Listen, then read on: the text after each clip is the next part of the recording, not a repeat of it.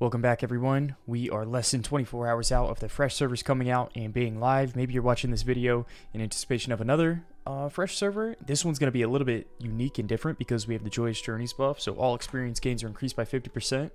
We are in Wrath of the Lich King. A lot of the classes, the mana regen from 1 to 10 got changed, and the leveling strategy, it's always different on Fresh, but especially in this weird Wrath Fresh pre-patch alteration, this version that we have this time. So I want to give a few tips and tricks on how to get ahead of the curve, how to get out of the starting zone. I'm not going to talk about just training skills or buying weapons, buying water. These are tips to really try and get ahead of the leveling curve, and every single zone is going to be different, whether you are solo or dual leveling. Maybe you have a hunter following you around and mob tagging and grinding and killing the mobs a little bit quicker. Hopefully you can take something away from this video and have a few tips and tricks to help you get ahead of everybody else and never look back. And so the first tip I want to give is attacking on 2 spawn locations. So I did this in Mulgore with the Plain Striders and the Lions, but even like right here between these Grelkin and these young Thistleboars, whenever I say attack in between like 2 spawn locations of 2 different types of mobs. And so there's going to be so many people in the starting zone. Most of the time, like these young Thistleboars, there always has to be a handful alive, or there always has to be a handful of Grelkin alive. There will be like an increased dynamic respawn rate that doesn't normally exist, but you're going to see these boars and these Grelkin get, instantly respawned. So you want to be standing in between these 2 locations. And so all the starting zones are a little bit different. I would look at your starting zone and see what 2 areas you could start on top of. Like I know for Dunmoreau, I would always stand on the boars and trogs, or the boars and the trolls. And so there's a lot of different locations like this. And the second tip I want to give is standing on top of these dynamic respawn locations. So I actually think that depending on how many layers there are, we don't know what it's going to look like, but all of these freshes, man, the respawns are going to be cranked up like crazy. So even these individual Thistleboars are probably going to respawn as soon as they die. There's a decent chance. And so people will just stand on top of a mob until it respawns.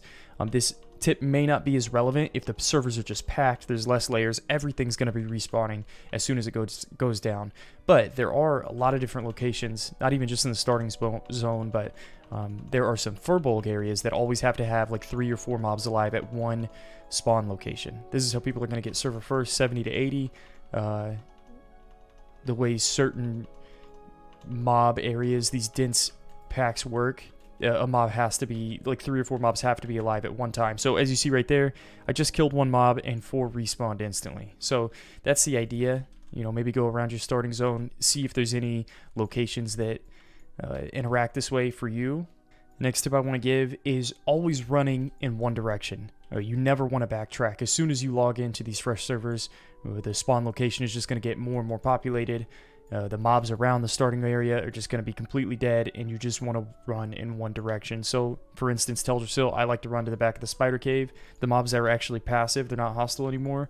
But just always keep running until you get to the back of the cave, and then you need a new game plan at that point. But it's kind of nice. By the time you get back here, all the mobs are going to be dead. There's going to be new people running into the spider cave, killing the spiders in the front, and I swear it makes the ones in the back respawn. And so if you start all the way back here, that'll give you a decent start. You might kill enough mobs to be like 2.5 level 3 with the Joyous Journeys buff, and then you might need to alternate your route. The next tip I want to give is don't quest in the starting zones. The starting zones might have 1 or 2 breadcrumb quests, which are definitely worth it, but typically for the most part, you're not going to want to quest. The travel time takes too long, especially with the Joyous Journeys buff. Just the mob XP that you get from each kill, you need like 30 mobs solo that are levels 3 to 4 to get to level 4. And at that point, I would recommend leaving the starting zone at 4 and coming up with a new plan. But just questing in the 1 to 6 area feels like a total waste unless you're advancing like a super long quest chain in Teldrassil, for instance. But I would recommend not to quest. Some of these other tips that I'd like to give is you could layer hop, so you could log on to 2 characters at one time, and hopefully, your second account will probably be on a different layer than the one you're on. And so if you are in the back of this spider cave and there's no spawns around you, it looks super grim, it's worth a shot being on your second account and just inviting your main to his lair and seeing if you get a fresh wave of respawns. So I know that there's probably going to be a cooldown on this, but you could definitely use this once or twice, you know, every 10-15 minutes, I would imagine. So always have that in your back pocket. If you are sweaty enough, you could have a second account with a hunter following you, and you could just have him target the target of your main character and then help finish off the mob, just to grind and kill things a little bit quicker. So that's for the ultra sweaty above and beyond, but that is a possibility as well. And I really do like getting out of the starting zone 1 to 4. All the speedrunners, they always tell me you just want to break away from the pack as quickly as you can. Even if oh man, especially this Joyous Journeys buff, the grinding is so good, levels 1 to 10. You should sprinkle in some quests, I think 6 to 10 on all level ranges, but maybe if you're a warrior, for instance, in Wrath of Lich King, and you get Victory Rush, Thunderclap at level 6, Rend, Charge, all by level 6 you are pumping, and so some classes might just grind 1 to 10. But yeah, man, get out of the starting zone at level 4. Train your level 4 abilities. Most classes get decent abilities at 4. You know, I've got Moonfire, so I'll be able to secure tags and just leave the 1 to 6 area. And lastly, if you are fortunate enough to pick up bags, I do want to point out, if you don't know this already, the colored 6-slot pouches vendor for 2 silver, 50 copper, whereas the brown pouches, they vendor for a silver 25, half the price. So if you're looking to buy a weapon, for certain melee classes like the Gladius, the one-handed sword, especially in Teldrassil, it costs like 4 or 5 silver. Walking stick for a lot of casters. In Wrath, you actually, like Druid, doesn't need to auto attack hardly. You know, I'd only get 5 Wraths off in Classic and TBC before I had to auto attack. Now I'm pumping Wrath like crazy, so I actually don't need a weapon. I don't think most casters are going to go for the staff now, but warriors still want the weapon upgrade that they can get in the starting zone. So you can sell your colored, you know, small red pouch, your extra inventory space to be able to get an improved weapon if you're lucky enough to get a colored bag.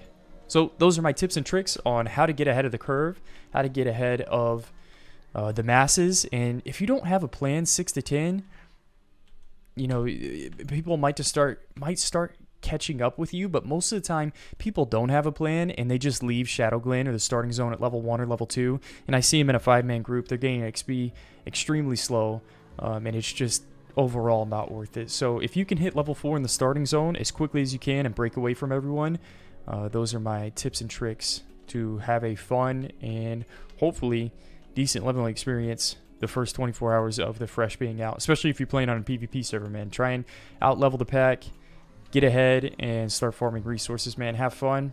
Happy Fresh, happy hunting, and I will see you guys on the live stream at twitch.tv/Graysfordays.